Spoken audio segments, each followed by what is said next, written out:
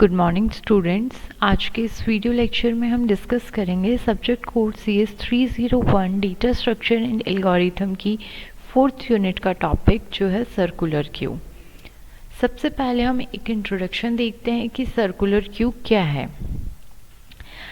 Q एक तरह का लीनियर डेटा स्ट्रक्चर है जिसमें हम देखते हैं कि सिंपल क्यू होता है और दूसरा टाइप का जो क्यू है वो है सर्कुलर क्यू।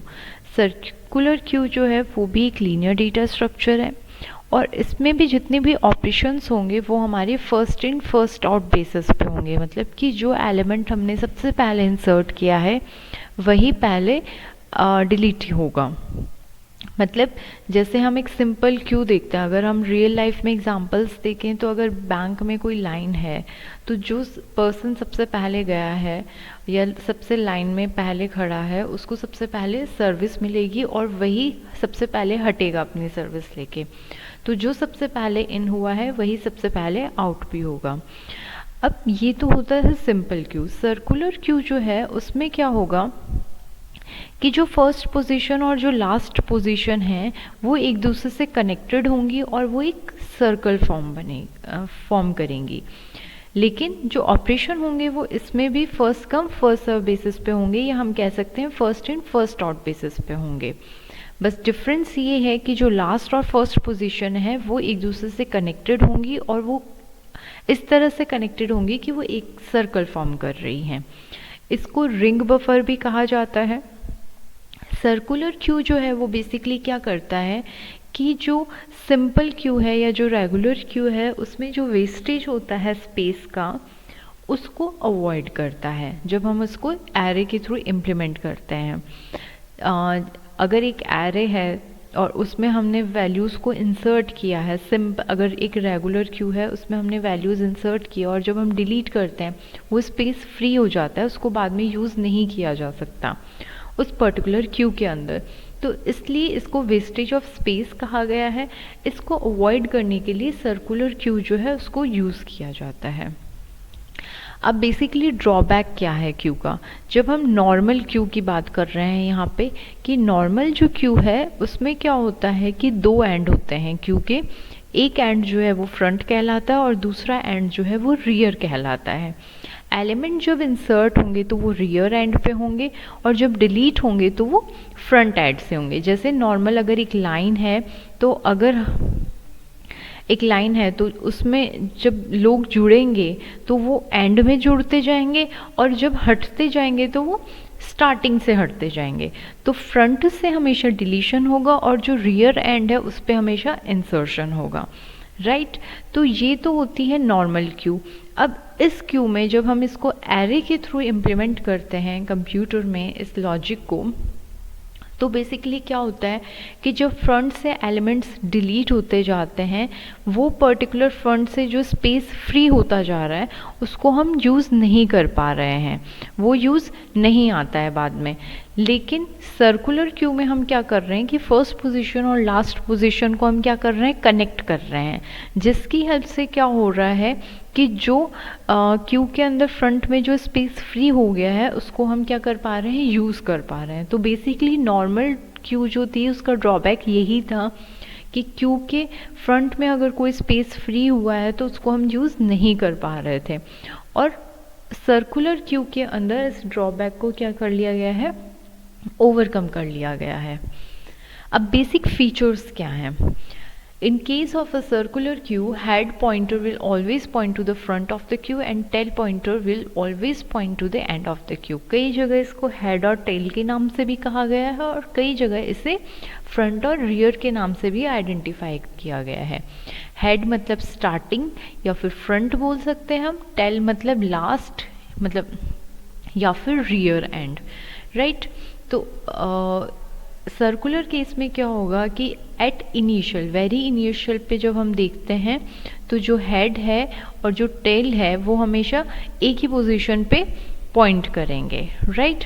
और अगर हम जैसे जैसे इसमें वैल्यूज़ इंसर्ट करते जाएंगे क्यू के अंदर तो हम देखेंगे कि हेड जो है वो तो स्टार्टिंग को पॉइंट करेगा और जो टेल है वो एंड को पॉइंट करेगा।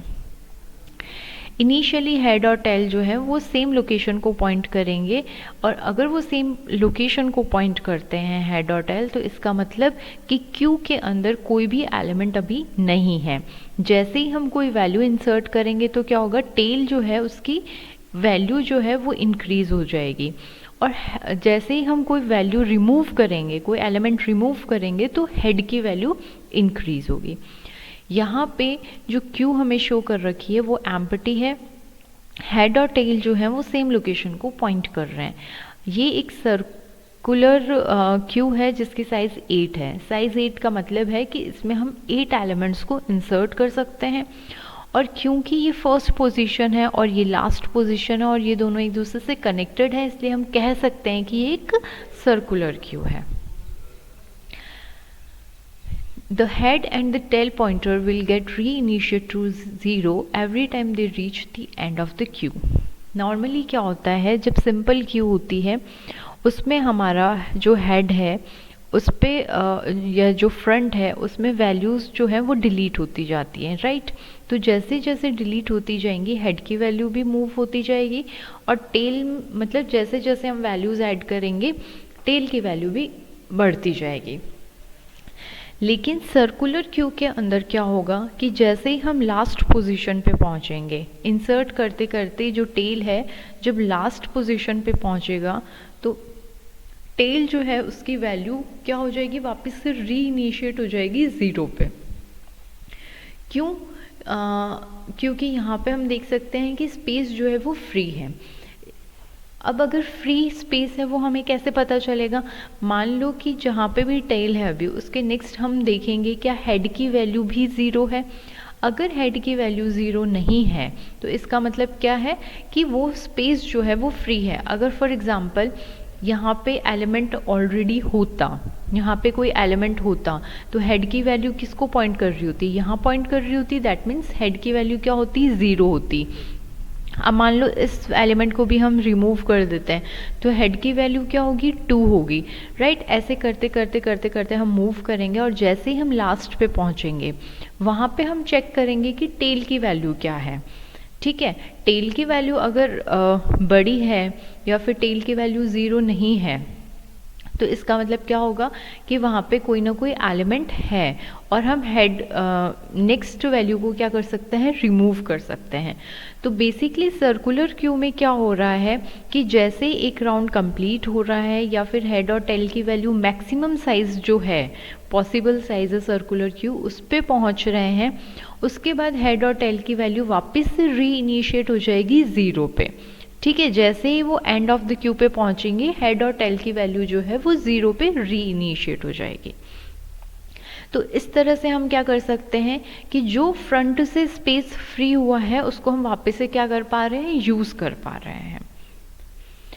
Also the head and tail pointers can cross each other. In other words the head pointer can be greater than the tail. देखो, नॉर्मल अगर हम क्यू की बात करें तो हम कह रहे हैं कि हेड मतलब जो फ्रंट है उसमें हमेशा हम क्या करेंगे, डिलीट करेंगे, और टेल में हम क्या करेंगे, ऐड करते जाएंगे। हमें पता है, हम अभी इसको इम्प्लीमेंट कर रहे हैं एरे से। एरे जो है वो 0 से स्टार्ट होगा, मैक्सिमम साइज तक रहेगा, राइट। अगर हम वैल्यूज़ को इंसर्ट करते जाएंगे तो क्या हो रहा है, हमारी टेल की वैल्यू बढ़ती जा रही है। अगर हम रिमूव करते जा रहे हैं एलिमेंट्स को तो हेड की वैल्यू बढ़ती जा रही है। नॉर्मल क्यू के अंदर क्या कोई ऐसी सिचुएशन आ सकती है जब टेल की वैल्यू कम हो और हेड की वैल्यू ज़्यादा हो? ऐसा नहीं होगा, इक्वल हो सकती हैं पर ज़्यादा नहीं हो सकती। क्यों? क्योंकि कोई एलिमेंट डिलीट तभी होगा जब वो प्रेजेंट होगा, और नॉर्मल क्यू के अंदर ऐसा कभी भी नहीं होगा कि हेड की वैल्यू जो है वो आपकी टेल की वैल्यू से ज़्यादा हो। लेकिन सर्कुलर क्यू के अंदर ऐसा पॉसिबल है कि टेल और हेड की वैल्यू जो है वो एक दूसरे को क्रॉस करें। जैसा कि आप यहाँ पे देख सकते हो, क्या हुआ सर्कुलर क्यू के अंदर, जैसे ही एंड पे पहुँचा, एंड ऑफ द क्यू पे पहुँचा और हमने देखा कि नेक्स्ट स्पेस फ्री है, तो यहाँ पे वैल्यू इंसर्ट हो जाएगी और टेल की वैल्यू वापस से क्या हुई, रीइनिशिएट हो गई 0 पे।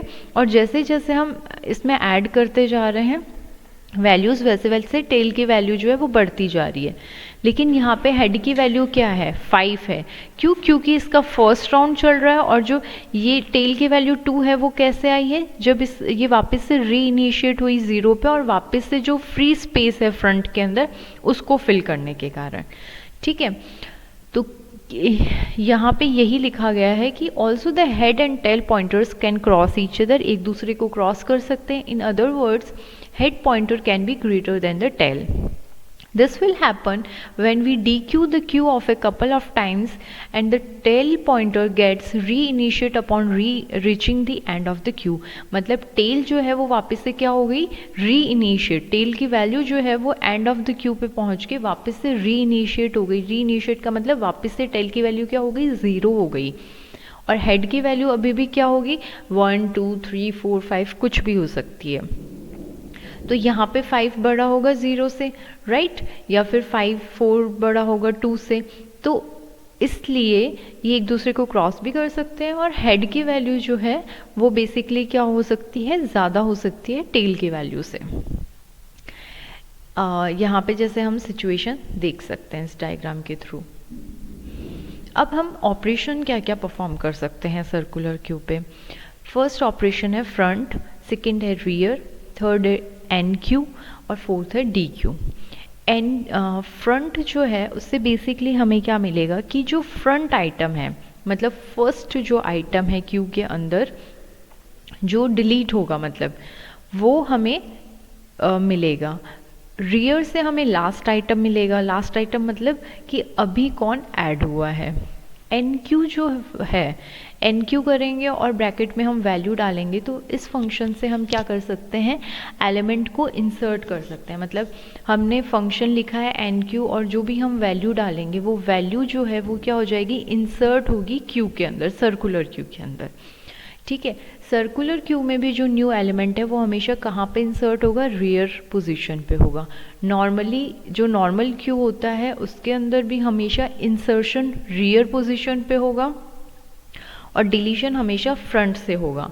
इसको हम लॉजिकली समझने के लिए देख सकते हैं कि जैसे एक बैंक के आगे एक लाइन लगी हुई है, फ्रंट जो पहला पर्सन होगा वो है, और रियर जो लास्ट पर्सन है वो है। अब जब भी कोई नया पर्सन आएगा तो वो कहाँ पे खड़ा होगा, वो एंड में खड़ा होगा। मतलब एडिशन, अगर कोई नई न्यू एलिमेंट आ रहा है तो वो कहाँ पे जुड़ रहा है, हमारा रियर एंड पे जुड़ रहा है। अगर कोई डिलीट होगा तो वो कहाँ से होगा, या रिमूव होगा तो वो फ्रंट से हो रहा है। मतलब सबसे पहले सर्विस किसको मिलेगी, फ्रंट एलिमेंट को मिलेगी, राइट। तो डिलीशन हमेशा फ्रंट से हो रहा है, और एडिशन हमेशा या इंसर्शन हमेशा एंड में हो रहा है। और एंड पोजीशन या एंड जो होता है वो होता है रियर पार्ट, और फर्स्ट पार्ट या फ्रंट पार्ट जो होता है वो हेड या फ्रंट भी बोलते हैं उसको। नेक्स्ट है D Q. D Q operation जो है वो बेसिकली किसी एलिमेंट को डिलीट करने के लिए यूज़ में किया जाता है। ठीक है, अब डिलीशन जो होगा वो हमेशा कहाँ से होगा, फ्रंट पोजीशन से होगा, जैसा कि हमने अभी डिस्कस किया। अब है एन क्यू ऑपरेशन। ये बेसिकली कैसे होगा, new data is always added to the location pointed by the tail pointer. मतलब जो टेल पॉइंटर पॉइंट कर रहा है वहाँ पे हमेशा क्या होगा, न्यू डेटा ऐड होगा। जैसे ही कोई डेटा ऐड होगा उसके बाद टेल जो पॉइंटर है उसकी वैल्यू इंक्रीमेंट होगी और नेक्स्ट अवेलेबल लोकेशन पे जाएगी। तो एट द वेरी इनिशियल जब हेड और टेल की वैल्यू 0 है और हेड और टेल जो है उसमें हेड और टेल की वैल्यू क्या है, 0 है, इसका मतलब अभी जो क्यू है वो क्या है, एम्प्टी है, खाली है, उसमें कोई भी एलिमेंट नहीं है। जैसे ही कोई एलिमेंट ऐड होगा वैसे ही क्या होगा, टेल की वैल्यू इंक्रीज होगी। यहाँ पे जैसे ही इस पर्टिकुलर पोजीशन पे वैल्यू ऐड होगी या कोई नया एलिमेंट इंसर्ट होगा, टेल की वैल्यू क्या होगी, इंक्रीज होगी। तो सबसे पहले वैल्यू इंसर्ट होगी और उसके बाद टेल की वैल्यू जो है वो क्या होगी, इंक्रीमेंट होगी बाय 1। ठीक है, तो आफ्टर फर्स्ट एन क्यू मतलब एक इंसर्शन के बाद जो सर्कुलर क्यू है उसकी सिचुएशन इस तरह से हमें दिखेगी। टेल जो है वो हमेशा पॉइंट करेगा उस लोकेशन पे जहाँ पे न्यू डेटा जो है वो हम इंसर्ट कर सकते हैं। अब इसकी एल्गोरिथम जो है वो हम देखते हैं। सबसे पहले हम देखेंगे कि क्यू जो है वो फुल तो नहीं है। ठीक है, क्यू फुल है या नहीं है ये हमें कैसे पता चलेगा? देखो, रियर इक्वल्स साइज -1, साइज क्या है, जैसे मान लो 8 है, ठीक है, और हम अगर इसको एरे से इम्प्लीमेंट कर रहे हैं तो इंडेक्स इसका 0 से शुरू होगा, तो 0 से लेके 7 तक होगा।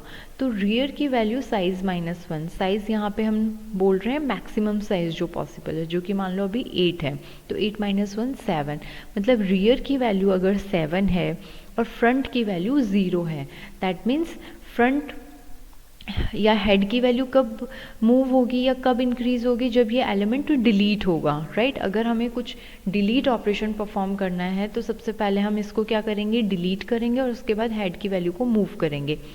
हेड की वैल्यू अगर 0 है तो इसका मतलब कि फर्स्ट पोजीशन पे कोई डेटा है और टेल की वैल्यू जो है वो यहाँ पे पहुँच गई है, तो इसका मतलब कोई भी स्पेस जो है या कोई भी पोजीशन जो है वो वेकेंट नहीं है, एम्प्टी नहीं है, खाली नहीं है, ठीक है। अगर ऐसी सिचुएशन है तो इसका मतलब क्यू क्या है, फुल है।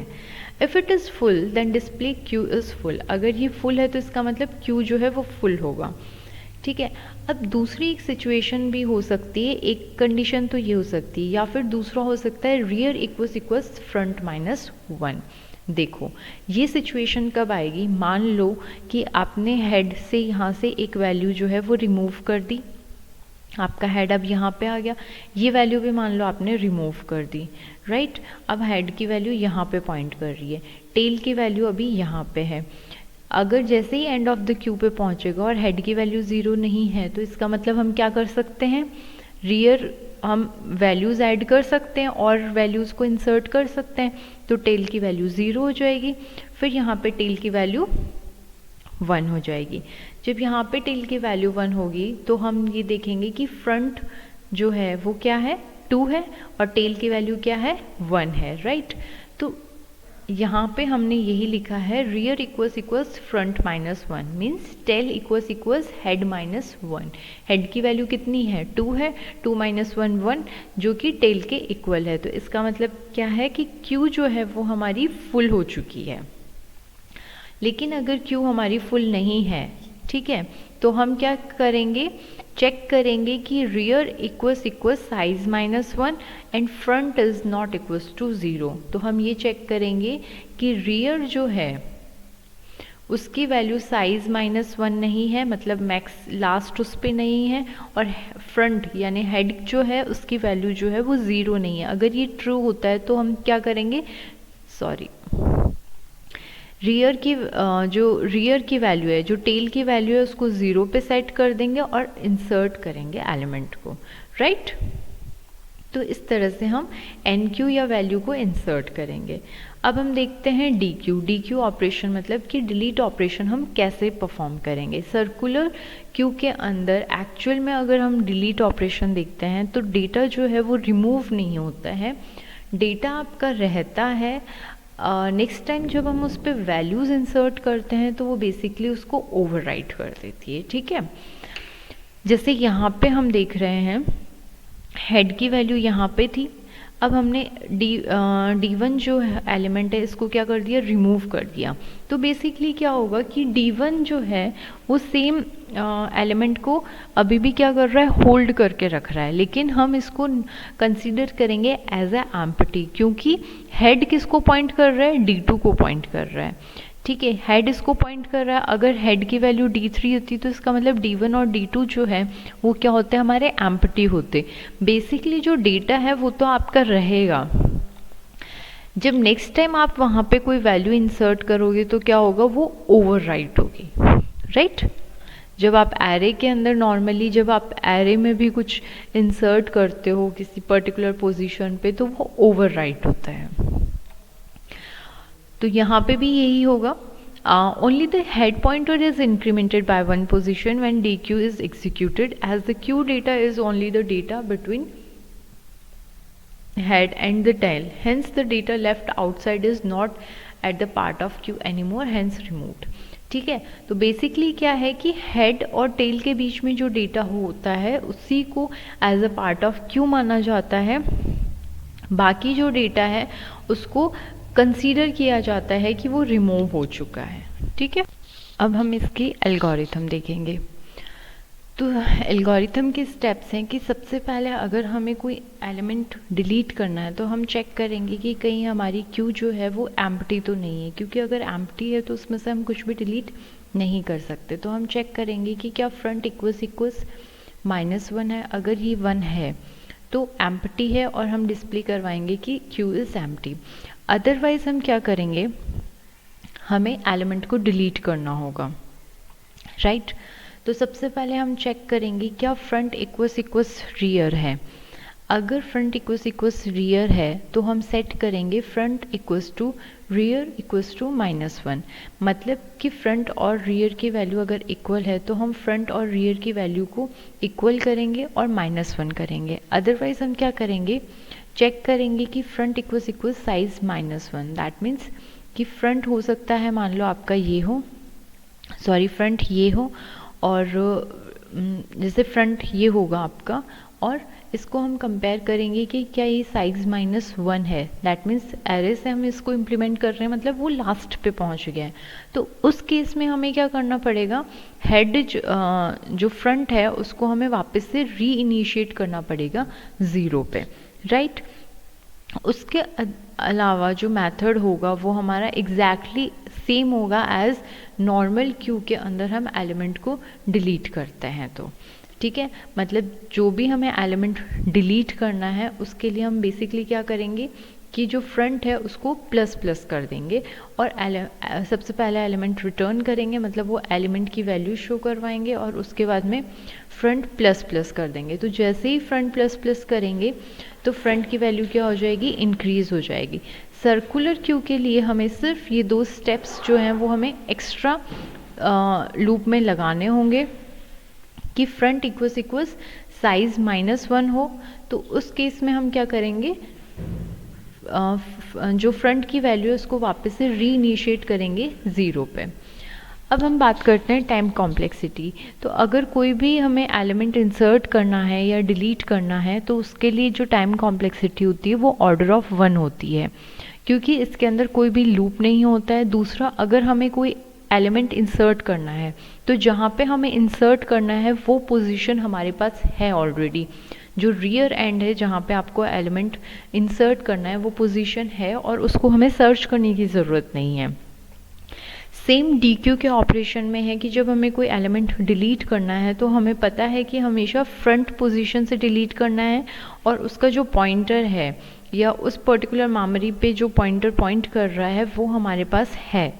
तो हमें एज अ फ्रंट हमारे पास है तो हमें उसे सर्च करने की ज़रूरत नहीं है, हमें सिंपली उसे रिमूव करना है और फ्रंट की वैल्यू को इंक्रीज़ करना है। इसलिए यहाँ पे कोई भी लूप नहीं है, इसलिए जो कॉम्प्लेक्सिटी है वो इसकी ऑर्डर ऑफ 1 या हम कह सकते हैं कांस्टेंट टाइम रहेगी। एप्लीकेशंस की बात करते हैं अब हम कि क्या क्या एप्लीकेशंस है, कहाँ कहाँ पे हम सर्कुलर क्यू को यूज़ कर सकते हैं। तो सबसे पहले है मेमोरी मैनेजमेंट की। जैसा कि आपने अभी सर्कुलर क्यू में देखा कि जो फ्रंट के अंदर स्पेस फ्री था उसके वेस्टेज को क्या किया, हमने अवॉइड किया है।